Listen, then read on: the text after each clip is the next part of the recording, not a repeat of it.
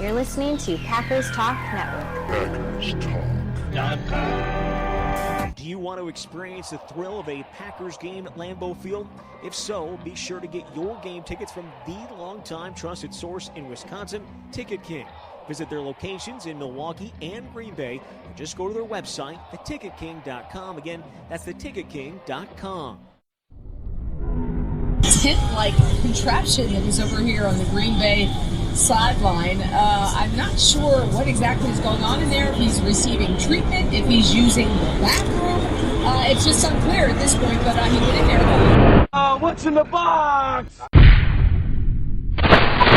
Reach the Guess who's back? So I think that's the logical explanation. Let's just, say that didn't happen. It was a return to greatness. It was a return to form. It's crazy. And he just kind of flew under the radar. Get this out there so I sound good on Cheesehead Radio.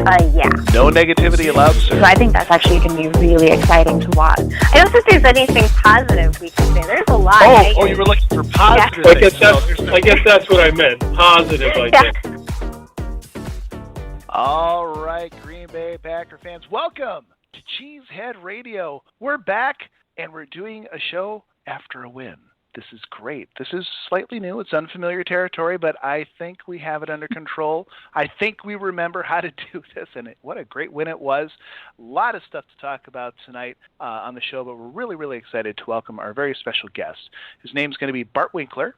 You can hear him as the better half of Chuck and Winkler over here. And if you live in the area, you got 105.7 The Fan. That is the sports station in the Green Bay area. Certainly give that a listen to. You can also hear it live online at any point in time. Sponsoring the Packers Talk Network this year, our fine friends at Ticket King. They've been selling Packers badges and tickets in Wisconsin for about 25 years. They've earned a reputation for excellent customer service and prices. Be sure to check out their website at theticketking.com. Fantastic. We have a 10% off deal. You know what? I want to go to the game on Sunday. I'm really excited. I may just use this. Go on there, use the code Packers Talk, all one word. You get a 10% discount on Packers tickets. My name, C.D. Angeli. You can catch my stuff over at PackersTalk.com, and I'm joined by the lovely Michelle Bruton of Cheesehead TV. How you doing tonight, Michelle? I'm feeling good after a win. I think, that's all I can say. Well, hopefully you say more because we have an hour show. Joining us a little bit later will be the amazing Jersey Al Bracco of Cheesehead TV and Packers Talk. Jamie Snowden is not joining us tonight. We wish her the best and hope she is back soon. But as of right now, it's time for your Packer News. Packers News. All right, to start us off, perhaps you've heard the Packers won on Monday. That feels newsworthy, considering it was the first win in 4 weeks, and that the Packers managed to deliver the Eagles their first home loss of the season in so doing. Have you ever mentioned that there is nothing that gives me more pleasure than seeing angry Eagles fans? Because they get angry over everything. It is so much fun. With this win, the Packers keep their playoff hopes alive. With the playoff picture as it currently stands, Green Bay has the 10th best record in the NFC, putting them 4 spots out of the wild card conversation, but running the table and beating Detroit in Week 17 would paint quite a different picture. But for now, we look to Week 13's matchup against the Houston Texans. The Packers head into the game with an injured quarterback. Aaron Rodgers injured his left hamstring on Monday against the Eagles and was designated as limited at practice Wednesday, though that's a bit of a misnomer as the team didn't actually practice today. Yes. Now, that means we don't have a lot of specific information about where other injured players stand heading into Sunday's game, which, by the way, we really have nothing else that we normally report on other than injured players, so I don't know what else. Anyway, but we do know that per the designations, had the team practiced on Wednesday, Kyle Freckrell, Dimitri Goodson, TJ Lang, and Clay Matthews would not have participated. It was dismaying to see Clay Matthews struggle with a shoulder injury against the Eagles after the Packers had just gotten him back in the lineup. Matthews, who started at inside linebacker due to Jake Ryan's injury, says he thinks he messed up his AC joint and is, quote, in a little bit of pain. That's not great. Very concerning. In other news, defensive tackle Mike Pennell has filed a lawsuit in Ohio against the NFL and the NFLPA for an apparent second violation of the league's substance abuse policy. He has requested that the court put his appeal hearing on hold until another arbitrator is assigned to the case. For you X's and O's fans out there, there's a new play to watch for in the Packers' future games. On Monday, the Packers ran a triple option play, with Aaron Rodgers opting to keep the ball himself. Mike McCarthy said the play is called Bazooka. Given how much the Packers try and protect Rodgers and given his injured hamstring, we may not see Bazooka again anytime soon. It's about time the offense catches up with the really cool names for their scheme formations. Dom Capers has been, Big Oak and everything else. About time. Exactly. Finally, NASCAR, if you are feeling... Psycho. There you go. Fired up about the Packers win, you can bet McCarthy is too. The head coach was exuberant in his remarks Tuesday. We expect to win every week, regardless of what people think about us, what they say about us. Personally, I like it when they don't like us. It's hard not to have people like you. Hell, we're the Green Bay Packers. We take that with a lot of pride, and I am not exaggerating how he said it. Hear, hear, Mike. We agree. And that was your Packers News of the Week. Now it's time for your Packer Tweets from Packer Tweets.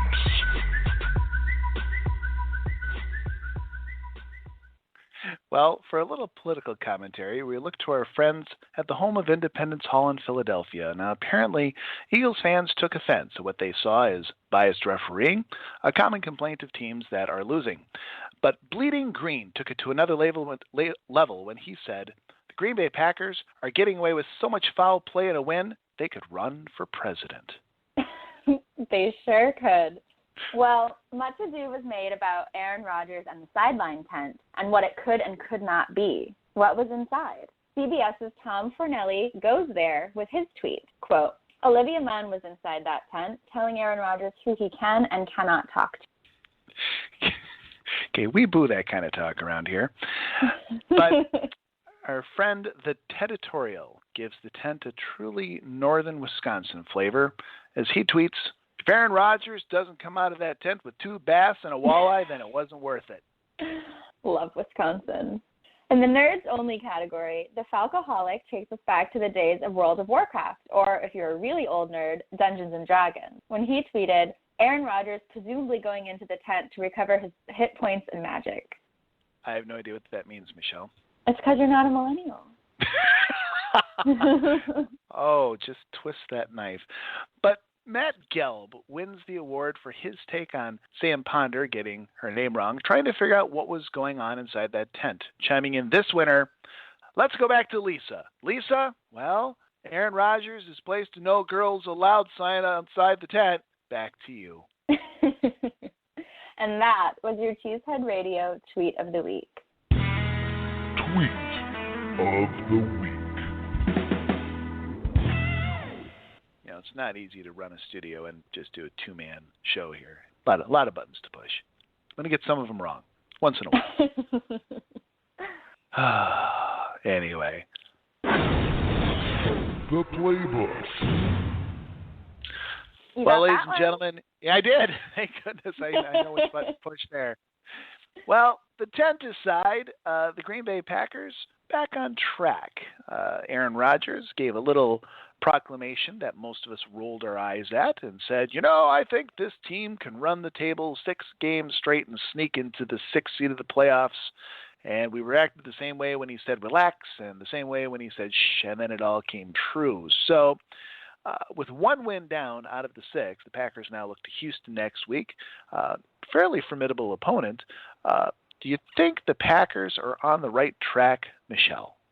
So certainly, if they hadn't won the game on Monday, it was over, I think. I don't think there's any way that they keep their playoff hopes alive if they lose that game.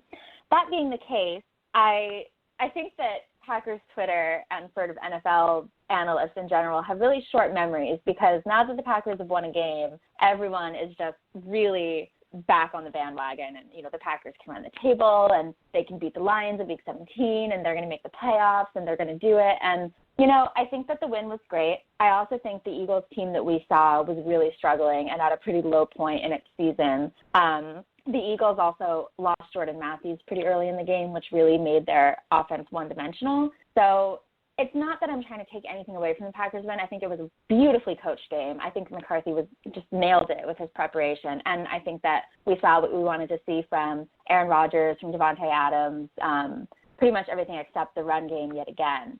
That being the case, just given how injured this team is and given that we don't have much of a run game right now, thinking of them beating the Texans, the Seahawks, the Bears, the Vikings, and then the Lions when they weren't able to beat the Falcons, the Colts, the Titans, and Washington, I'm not so sure.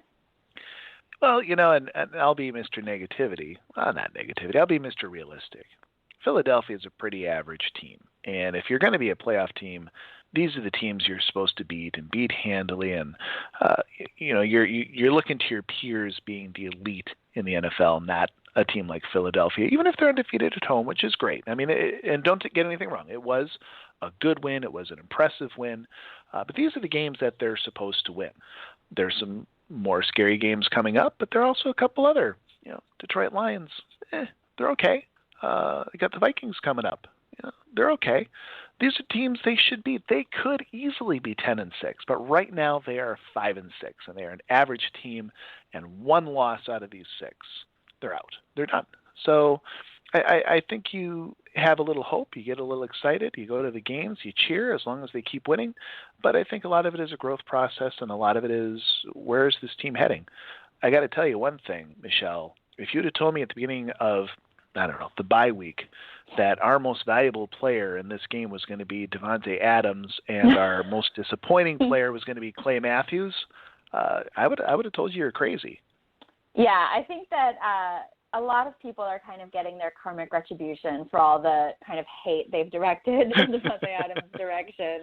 And look,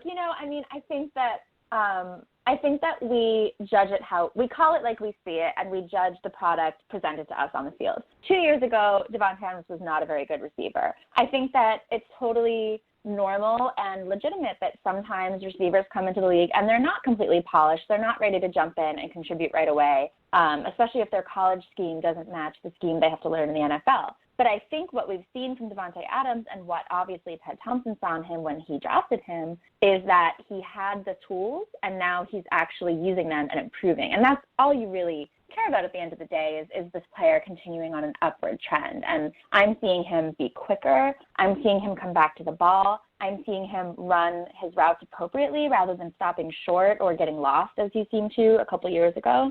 I think that we don't have to apologize for our former criticism of him. I think we can definitely praise him immensely for the strides he's made. I think at one point I called Davante Adams the Jarrett Bush of offense. That is the lowest insult. Davante Adams, I apologize deeply. Now, that's a very big positive. I think we got to talk a little bit about our friend Clay Matthews. Yes, ACL, or not shoulder injury. It's what kind of injury was it again? Gosh. AC joint. AC joint. So the air conditioning is busted. But there was a point where I made a tweet during the game, and I said, you know what? At what point do we start looking at Clay Matthews instead of being this NFL elite linebacker, and he's kind of becoming a bit of a China doll. And he's hurt, he's injured, and I think what was disappointing was just the number of times he was obviously not a part of a play. He just simply wasn't getting there, and I hate to say it, he reminded me of A.J. Hawk. Chasing plays, not quite getting there, wasn't quite there. Got in there in a couple, obviously, I was doing okay, but he's not the impact player down in and down out that I think we're used to, that we've wanted to see. The guy's 30 years old. He really should be in his prime, and it looks like he's pretty beat up. I really do want to attribute it to the injuries, though, because I was saying last week I think it was my Hot Pocket, or 2 weeks ago, that I was frustrated with how people were basically insinuating that, and not saying you are, but just that people were saying that Matthews was, now that he had been paid, he was content to kind of take plays off and just kind of be out there, and he, doesn't have any fire and blah, blah, blah. And I think the honest truth is that we've rarely gotten to see a 100% healthy Clay Matthews doing his thing. And what was really kind of encouraging to me, because we had talked about that on the show, was seeing that after he injured that shoulder. And if you saw him after he injured that shoulder, the way he was walking and holding it, like he looked like Lurch or something. I mean, it was very clearly awkward and painful for him. But he mentioned in his comments after the game that it was the type of injury where the decision to go back in was up to the player, and he chose to go back in. And, you know, given how much they're going to need him over this next stretch, maybe that wasn't super smart. On the other hand, the game was in some ways kind of an elimination game in the sense that if they had lost, their playoff run would have been, you know, very, very, very difficult. So I really applaud him for going back in. I agree with you that I wish he had made a little bit more of an impact. But one thing I really like about him is we've seen that just by virtue of him being on the field, Nick Perry and Julius Peppers seem to do better. And so that's not the role we want from him, but it's a nice kind of silver lining. Right. And I didn't mean to say that he got paid and No, went downhill. I know you weren't making that argument, but other people have. But I do think the injuries, you're right, I think it has played a huge role. It's played a huge thing, and it's impacted his effectiveness at times week in and week out. But you're right, he does come in, and he is a big-time player, and you'd see the number 52, and you do focus on that. He's impactful as a presence, but I'm hoping he can physically continue to be the impact player that he once was. Right, So, and it doesn't even have to be – oh, go ahead. No, you finish up, and then we're going to go to our special guest. Yes. I was just going to say to finish, you know, we don't even need necessarily things that show up on the stat sheet from him. I mean, he doesn't have to be getting 2 sacks and 1 forced fumble and, you know, 3 tackles for loss in every game. But there are things he can do to get pressures on the quarterback and to increase the pass rush and to defend the run that don't even show up on the stat sheet that we can just see with the eye test. And so I think that's just kind of what we're looking for a little bit more of. All right. Well, I think it's time for a special guest. Let's go to it. Introducing tonight's guest from 105.7 The Fan, Bart Winkler. Hey, everybody. Hey, Bart Winkler. How are ya? What's up, gang? Hey, it's me, C.D. Angeli, with Michelle here live on Cheesehead Radio. Welcome. I think hey, this Bart. is the first time we've on the show. Yeah, I haven't done the show with you guys. Michelle, I've talked to before, but haven't been on with you guys, and I'm thrilled. Thank you so much. Yeah, I've done your show, but this is the first time you're doing our show. First of many, let's hope. Yeah, exactly. Yeah, and seriously, I followed you on Twitter for years at Wings Thinks, and always admired your posts.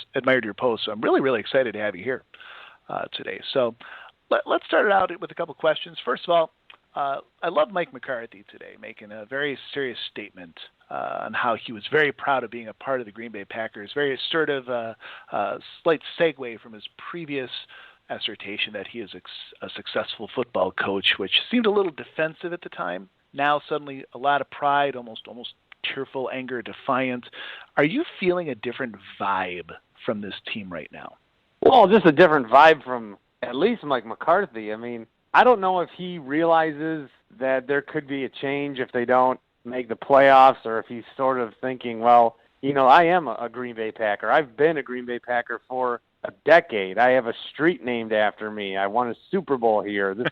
I've been doing this for, 20% of my life, and this is important to me. And I don't know, he might, when you're at a place for a long time, you might start to think about what's next. And I think if Mike McCarthy ever leaves the Packers, it would not be on his own accord. So I think that he knows there's pressure on him. He's hearing it from the fans. It's been tense in that locker room. And yeah, there's a different vibe. I mean, this is the Green Bay Packers. He's right. And for the last 25, 30 years, and throughout the history, the 13 championships, you think of Green Bay Packers as title town. Well, this is a team now that was 4-6.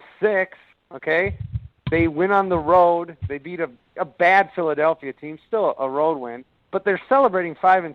And I don't know if it's because we haven't seen a win in a month, but I mean, this is about the best that I think a team and a fan base has felt for a win that gets them one game below 500. It's really been remarkable. But there is hope, I think. I know the road ahead of them is tough, but there did seem to be a little bit of sense of hope, and that's refreshing at least. Definitely. And Al Bracco is with us now. Al, welcome. Hello. Jersey Al in the house. I snuck in the back door. They forgot to lock it, and here I am. We tried. Can you double lock that next week, Michelle, please? Yeah, I'll make a note. All right. Hey, Bart, Go welcome ahead, Al. to the show. Hey, thanks, Al. Good Great to be have here. you on.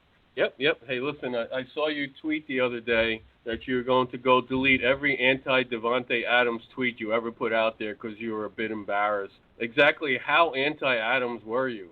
It's not like I hated the guy. I mean, Did you want him cut? Davante, you get mad at him because he was missing these easy balls that were right in his hands, but then he would make the most impossible catches. And you judge him when he's a little banged up, as Rodgers noted today, and you're judging him in these preseason games. And I think the expectation on Davante, especially when Jordy got hurt last year, when he got hurt last year, I thought, the Packers will be fine. They have Davante Adams. He'll step up. They have Randall Cobb. He'll be the $10 million receiver that they signed him for. And I think when both of those guys sort of struggled, the heat kind of came on them, and it came more on Davante because, he's not as much of a fan favorite last year as Cobb, and he's younger, and there was that expectation. So this year in training camp, I tweeted one time, I said, you know what, if the Packers have to keep 7 receivers and they can sling something for Davante, like a 6th rounder, just do it. I mean, he's dropping whatever, just do it. I said, if I was a GM, I would do it. I don't think the Packers will, but I might do it. That's why, by the way, I'm not the GM. I'm just an owner. Big difference. And then, so this tweet, I don't know. He had a good game. I don't know who it was against. Maybe the Bears. He has a good game. And then people go on Twitter and they search Davante Adams trade or Davante Adams suck. And they just retweet it. And all of a sudden, here's Davante having a great game.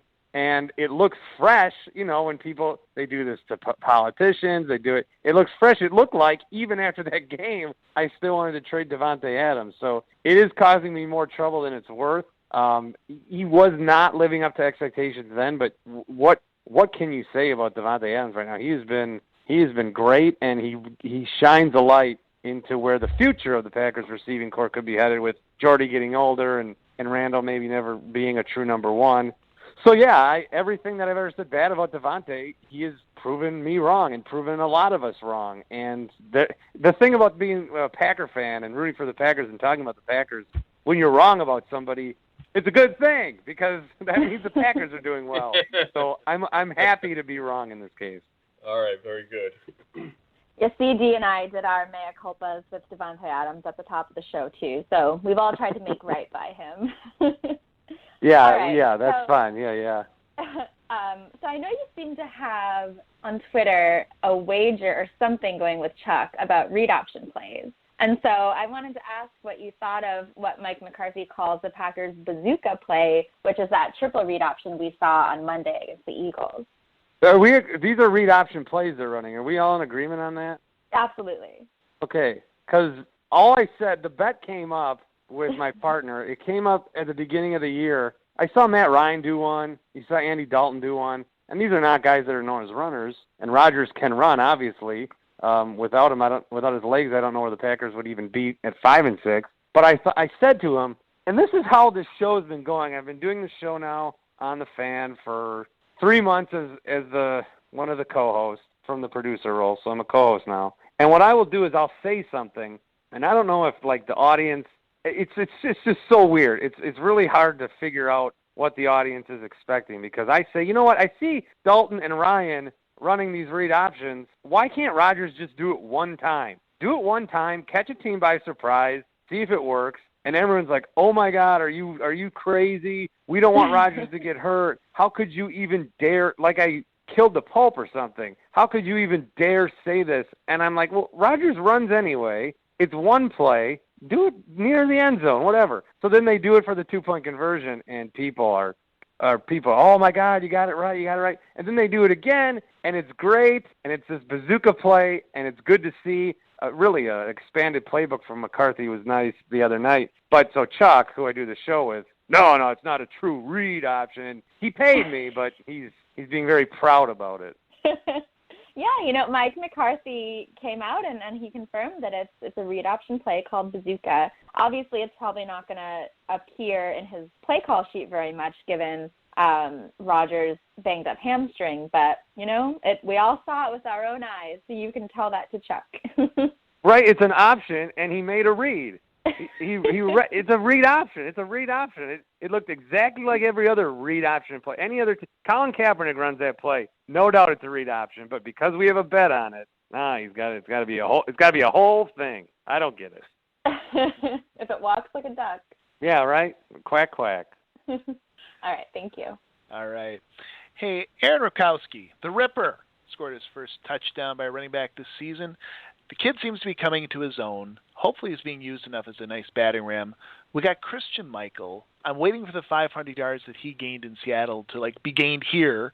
So I guess the question is, without Eddie Lacy, do the Packers really have enough moving parts to survive a playoff game with the run game? And are we using some of these guys in the best way possible? Well, with Michael, you have the fear that it's going to be another Niall Davis situation where he had 5 carries to prove what he could do. And Michael, in this season, we've seen success from him. It's not like he was a 4-string running back. He was the starting running back for one of the best teams in the NFC, in the league. So we know it's there. It might take him time to get acclimated. I don't know how good of a pass blocker he is. When I watched Seahawks football and when I watched Christian Michael early in the season, it was for fantasy purposes. I wasn't scouting his, blocking tendencies. I was checking to see if he scored.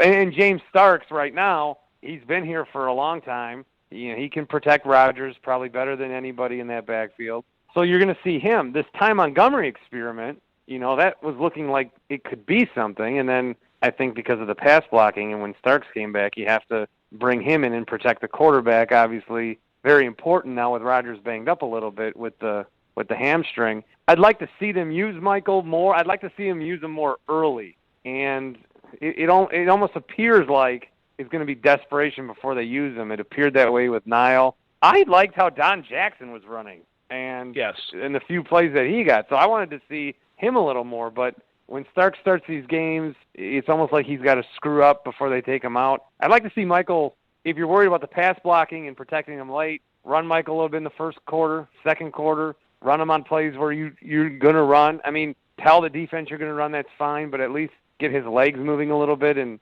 see if you can do something. I mean, the running game is going to bite them if they go into the playoffs or far. You need a running game, but I don't know. They're 5-6, and I'm happy they're 5-6. So I don't know how long a running game. I'm just worried about beating an AFC South team at home, which apparently we can't do. And the thing is, we'll find out. But the thing that gets me is I just sit there and I think, boy, you got this kind of a light scat back. I wouldn't say scat back, but obviously a light runner like Christian Michael, and you got Rodgers, who's really kind of coming. And yet we're doing all of these read option, triple options, running our wide receivers, out of those types of options. Don't you think just maybe setting those two up in the eye and just running it at people, give that a shot? Yeah, I mean, what I want to see from McCarthy is I want to see creativity from him, and I want to see him utilize guys in the best possible spots. So when he does do 3 guys in the backfield, who should that be? It should probably be, let's say, Starks, Michael, and Ripkowski, or maybe Montgomery and Michael and Starks or something. But when he puts 3 guys in the backfield and 2 are receivers, it's like, well, that's odd. Rodgers said it today. He said, Ripkowski's been great, but he never knows what the game plan is. What do you prepare for? He doesn't know when he's going to come in. He'll be in for a drive. Early in the season, there were games where he went almost a whole half without getting in. So he has made the most of his opportunities. I thought they might get to the point where he might have to be the feature guy. I keep referencing Matt Bernstein from the Badgers in 2004. He was a fullback, ran for 100 yards against Penn State. I thought Ripper could maybe have that kind of night in him, but doesn't look like we'll see that. Hey, he's got good pass catching abilities. They're using him out of the backfield a little bit. It's taken this team a long time to figure out who best goes where, and injury is a big part of that. You forget that you do forget in this season Eddie Lacy had about 300 yards. I mean, that happened this season. It's hard to remember that. Exactly. Al, you're up. Yes. All right. Well, you touched a little bit on McCarthy and creativity, so that's a perfect lead into my next question. McCarthy loves to say that he's got enough plays to call 3 games on any given game. Of course, it's always driven me crazy that he always seems to prefer the same subset of plays. It took real desperation mode for him to find those lost pages of the playbook, which I readily admit he did a great job of. We saw more creativity in this game than I think in the entire season combined. Does this frustrate you as much as it does me? Oh, yeah. I mean, that Viking game, I went back and watched the Viking game when they lost on Sunday night, and it's as simple as not even putting a guy in motion. I think they went a whole half without putting a guy in motion, or maybe one time. And I'm not talking like taking a guy from one side of the field to the other. The one motion play, I think it was the second half, maybe the first. It was one of the two halves. One of the receivers runs in and then runs out. Doesn't really do anything. There's no point to it. When you just sit there and show the formation, the defense can just focus on the task at hand. They don't have to account for any moving parts. They don't have to plan for something they maybe didn't plan for. And it's like you're showing the other team. It was like they were being vanilla in the first month, and they were running a preseason offense like they were saving the rest of the stuff for later. You know, Mike McCarthy gets a lot of criticism for being too conservative when he's got a lead. Some of that may be he's got a big playbook and he doesn't want to reveal all his secrets. Like, what's the point in running that triple option when you're, up against the Bears 20 points? There is none. But when you need a victory, that's when you want to put it out so you don't want to waste it. The creativity thing has bothered me. We're talking about all these receivers, how good they are with the tight end situation, Jared Cook, and then they don't use these guys. And it's like, well, you have the tools to be the best offense in the league with this quarterback. Do it. Just do it. Now is not the time to save stuff for later. I never like when people save things for later. If you guys play fantasy football, we do, when there's free agent bidding, you get $100 throughout the season. Mm-hmm. I'm in this league. Everybody saves their money and saves their money. They never spend it. And then the end of the season comes and everyone's got $100 still because everyone's don't save things. Use it when you need to use it and get the victories and worry about next week. That's the way I've always thought. I loved when McCarthy went for the kill, fourth quarter. They chewed a punt and went on a 4th and 5. Do stuff like that. Don't save your whole playbook for later. Do what you need to do to get the win now. That's where I come from. Gotcha. That's a great segue into the next question I was going to ask you, which is I wanted to talk a little bit more specifically about Jared Cook with you. Obviously, the Packers are still looking for those big plays from their tight ends. Richard Rodgers isn't really doing it. And Jared Cook has gotten involved, but his hands, which were a really big question when the Packers signed him, still appear to be something of a problem. Do you think he can pick it up in the next few weeks and kind of be the spark that the Packers offense needs heading into their potential playoff run? It looked like it a couple of weeks ago. It really looked like it, and then he fumbled that one late, and then you saw the almost fumble on Monday night against the Eagles that got called back. That you're going to lose trust out of your quarterback very quickly if you do that. Jared Cook has always sort of been a guy that there's been a lot of expectations for and then wasn't able to live up to them. And you can always say, well, it was on his quarterback. It was on guys like Rusty Smith and Nick Foles or whoever. And when Jared Cook first signed with the Packers, we were so excited at the radio station because, hey, there's a free agent. One, that never happens. Two, we had nothing to talk about that day. I remember that day. We had nothing to talk about. And they signed Jared Cook, thank God. And so we're looking for highlights of Jared Cook, and I type in Jared Cook highlights on YouTube, and like the first 8 things that came up were Jared Cook drops sure touchdown in end zone, Jared Cook crucial fumble. So the highlights we were playing all morning were him dropping the ball and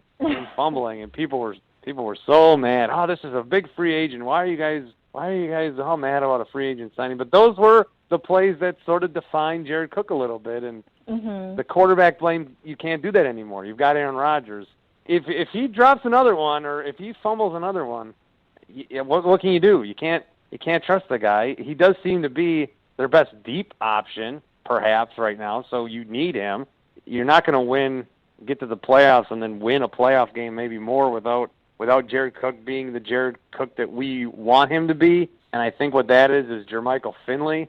You got to hang on to the football if you're going to be that guy. So I'm a little concerned, but we'll see what happens again on Sunday. Yeah, definitely. Absolutely.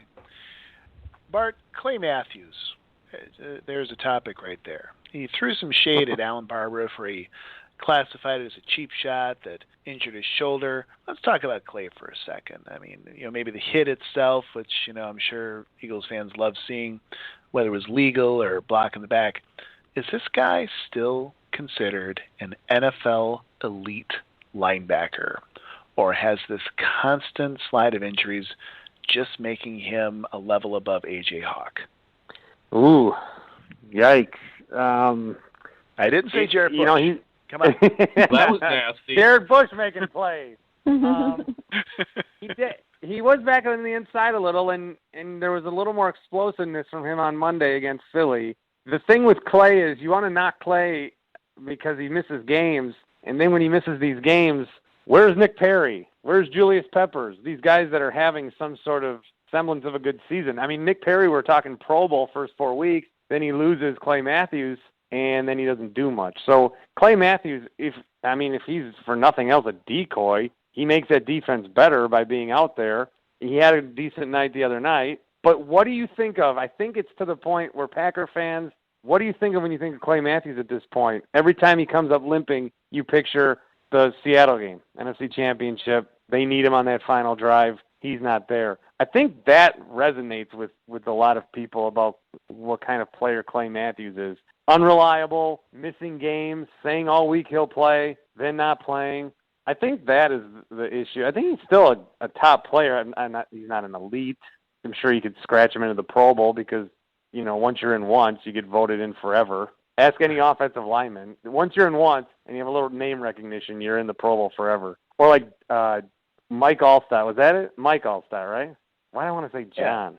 Mike Allstott. Yeah, once you're in fullback, once you're in once, you're in forever. So Clay, on name recognition alone, but he's not an elite player, but he makes that defense better just by being out there. But still, he's got to be out there. And the injury concerns, I think, have grown tired on many Packer fans.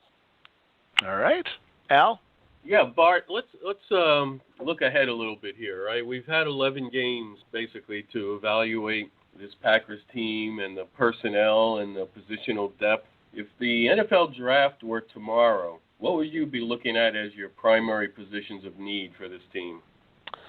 Well, a lot of people keep tweeting us about Leonard Fournette and running back, and that might be a good area to start. I don't know if Eddie Lacy comes back. You might be able to get him cheap now with the injury, and this is a big contract year for him, but I'm not sure the Packers want him. It always seemed like they took Eddie Lacy because they almost had to, and they never figured out a way to use him correctly. The most ideal back might be like James Starks, only like a better James Starks. Like Super Bowl 2010 James Starks might be the ideal back for this team. Because you get a bruiser, you want him in the fourth quarter, but it seemed at times bringing in Eddie Lacy would slow down the offense. So as long as they have Rodgers, I'm not sure that they want to go that route. A running back, though, I think, depth anywhere, middle linebacker. I know Ted Thompson doesn't believe in that, but clearly you can't be playing Morgan Burnett at inside linebacker and Joe Thomas. Secondary help, can I say anything? Anything but punter. How about Jake Shum lately? Not bad. Anything but punter, I'll say. All right. Michelle? All right. You have been listening to Bart Winkler of 105.7 FM, The Fan. Bart, thank you so much for being with us tonight. We just have one more question for you.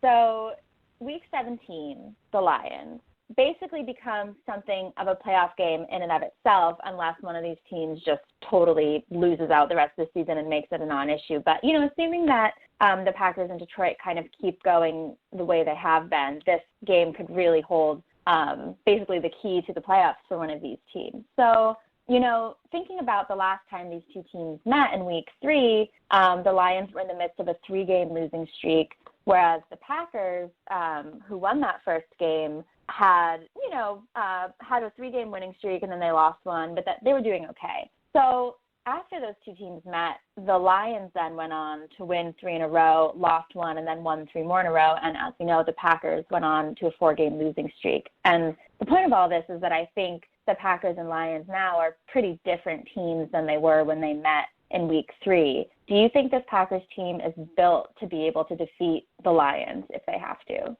I think most people would say yeah, but this is a Lions team that is a lot of people, you think 0-16 when you think of the Lions. You think this history of failing in the playoffs. You think Barry Sanders leaving the team early, and same with Calvin Johnson. I predicted the Lions to win that game when it happened because of the way the Packers were playing at the time and with Matt Stafford. Now, clearly the Packers won. We remember that. But the Lions came back, and Matt Stafford is a better quarterback than at least Packer fans will give him credit for.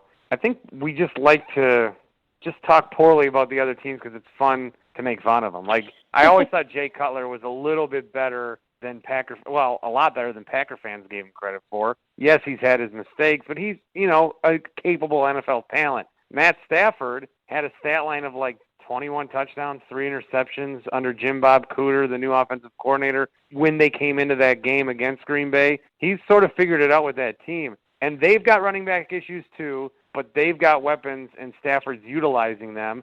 The game against Minnesota again, where they came back and won, and that was partly because of their defense and Matt Stafford and the weapons. The Lions are not a team to dismiss. They should have been a playoff team last year. They got screwed in Seattle, and then the Packers beat them in a Hail Mary. Otherwise, they'd be 9-7, and they would have been in there. And I think it's more likely that they'll win the North than Green Bay.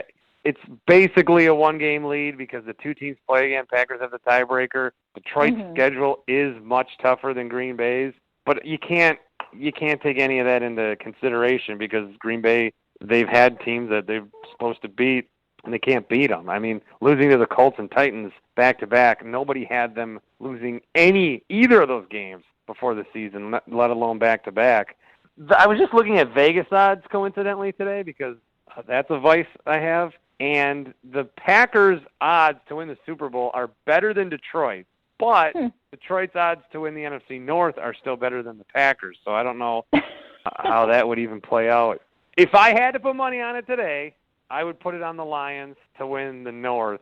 I think because the Packers won, we look ahead to the schedule, we're all pretty excited, but I think a lot of us have jumped to Week 17 already, and when we're thinking, okay, well, that Packer fans love games getting flexed. Okay, that game's already flexed. Week 17 already flexed. We got to beat the Texans first. I want to know if we have a team that can match up against the Texans. I do think Detroit right now is a better team than Green Bay. If Green Bay gets to that game with 4 or 5 wins under their belt or whatever they need, then at that time you would expect Green Bay to be better than Detroit.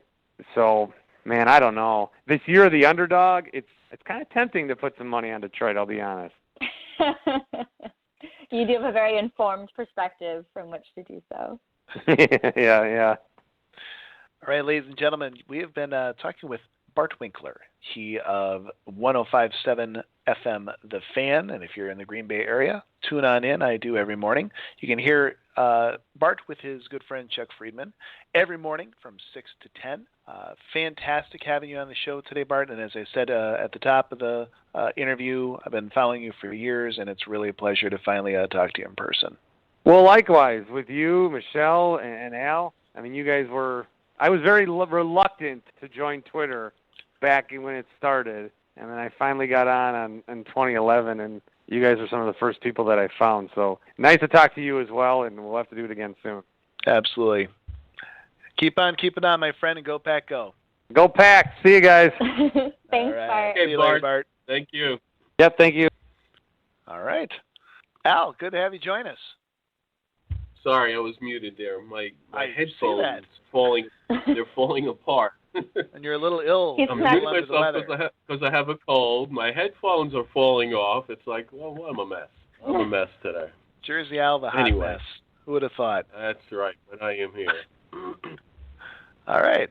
How we doing? Well, as you can probably guess what time it is. It's time to get to this week's Hot Packet. All right. Jersey Al, you're going to kick it off before you have a coughing fit. Hurry up. Yeah, okay. I have questions, okay? And they're all related to the tent. I call it the magic tent, okay? Because you go in there, some kind of magic happens, and you come out, right? Like, where did this magic tent come from? Why have we never seen it before? What's in the tent? Is it a non-smoking tent? Is there meal served in the tent? Is any player allowed in the tent? I want answers. I want somebody to investigate this. I need answers about the tent. Can we take a tour of the tent? Can it be part of the Lambeau Field tour? I think that would be great. For that. Anyway, that's Is it bigger on the inside than it is on the out? That would be kind of impressive. That's right. Like the TARDIS. Yeah. Is there a trap? Is there a trap door, and does it lead somewhere? Could be a TARDIS, right? or like the camping tents in Harry Potter. There you go. Yeah. Yeah, exactly. And we just nerded ourselves, Michelle. Way to go. Speaking of the tent, I forgot. After every one of these, we have to say Hot Pocket. There you go. Catch an eye. Speaking of the tent, I'll take my Hot Pocket next. I know it was suggested on Twitter at one point we should have put our entire defensive squad into the tent and then left it in Philadelphia. I'm not suggesting that, but yeah, the defense has been very underwhelming this year. But I just wanted to give a shout out to my boy, Clinton Dix. He hasn't been spectacular. I don't know if he's been a game changer, but let's just say that his interception on Monday night did kind of change the tone of the game. He showed up, made a nice pick, and how many times have we said week after week after week, we got to get some turnovers, Well, we got one, and I think that changed the tone of the game. He's got 3 on the year. This is a guy that I petitioned for to be drafted, and I've learned my lesson usually not to do that because I'm usually wrong. But I think we hit on this one. I think he's a good kid. I think as this defense strengthens in front of him, he's going to get better and better. So, way to go, my friend. And that is my... Hang on. Hot Pocket. You're going to cut that delay time by a couple seconds. This is going to be a 20-minute show by the time we're done. All right. Michelle, you're up. Well, my Hot Pocket is the inside linebackers. As we know, Jake Ryan is out, and now Clay Matthews is dealing with an AC joint injury that he suffered Monday against the Eagles. And so I think that the way for the Packers to win this game against the Texans is basically to stop them on the ground. Now, Lamar Miller did hurt his ankle in Week 12, but it sounds like he's going to be fine and that he'll play. And if he keeps on the way he has been, I'm not sure the Packers can stop him and the Texans' run game with the front seven being in the condition that it's been in.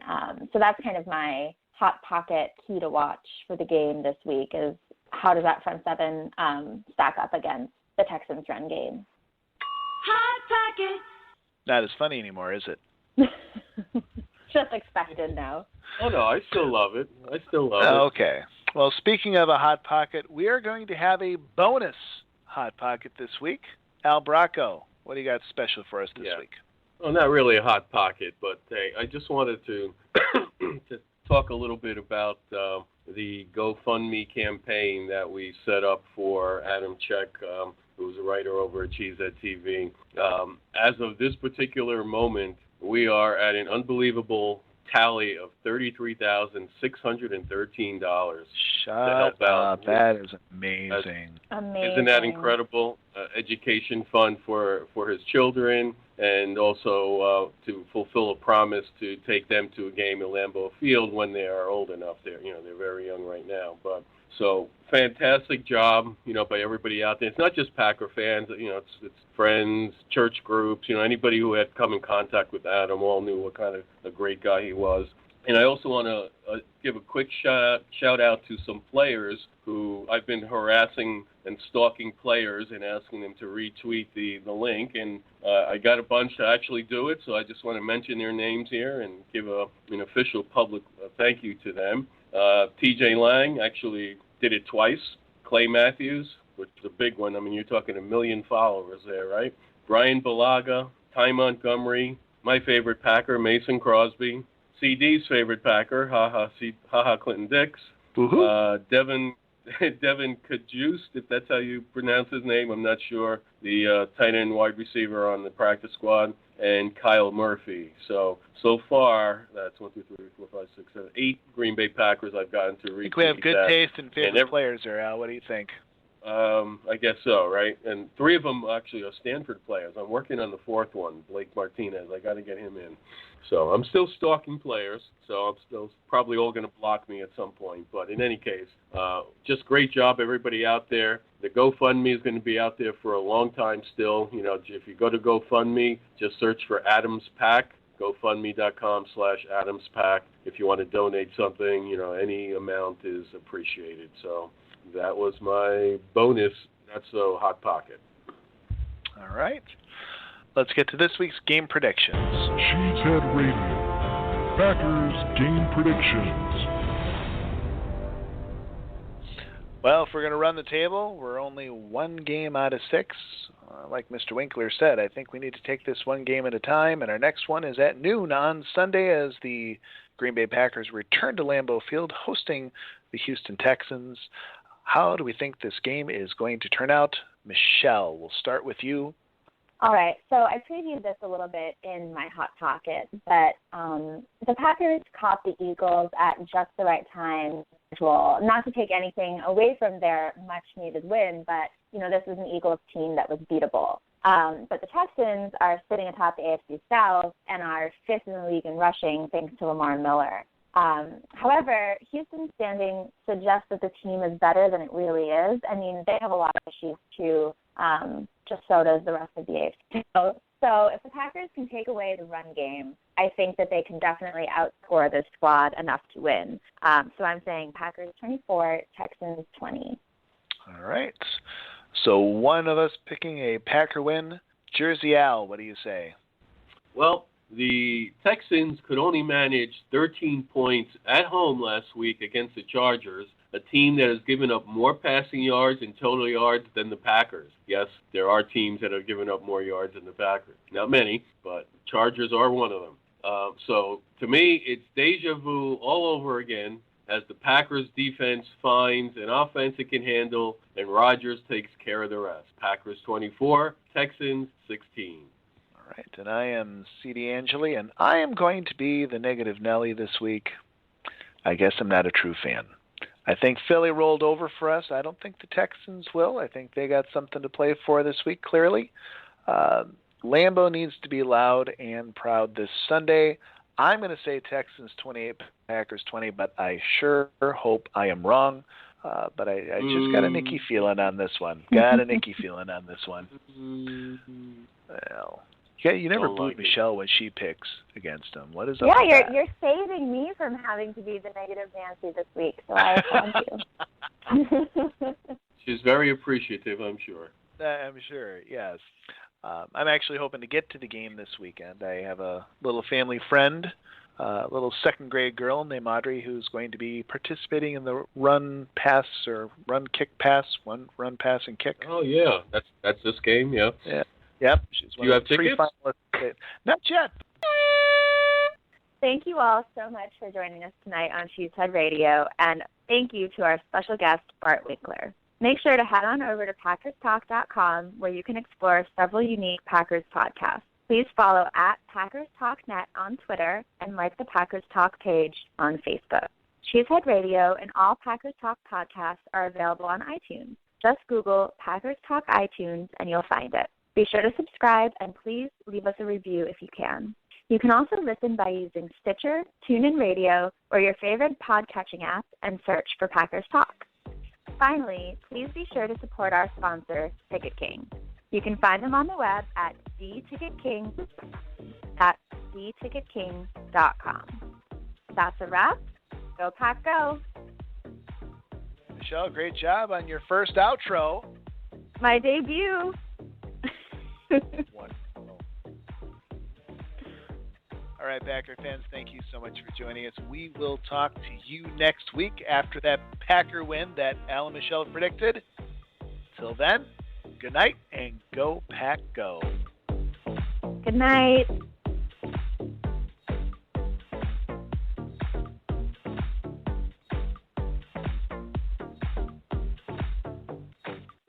When you don't go to Geico.com, car insurance can be hard. Like early 90s heavy metal hard. I'm yelling and screaming and I'm loud.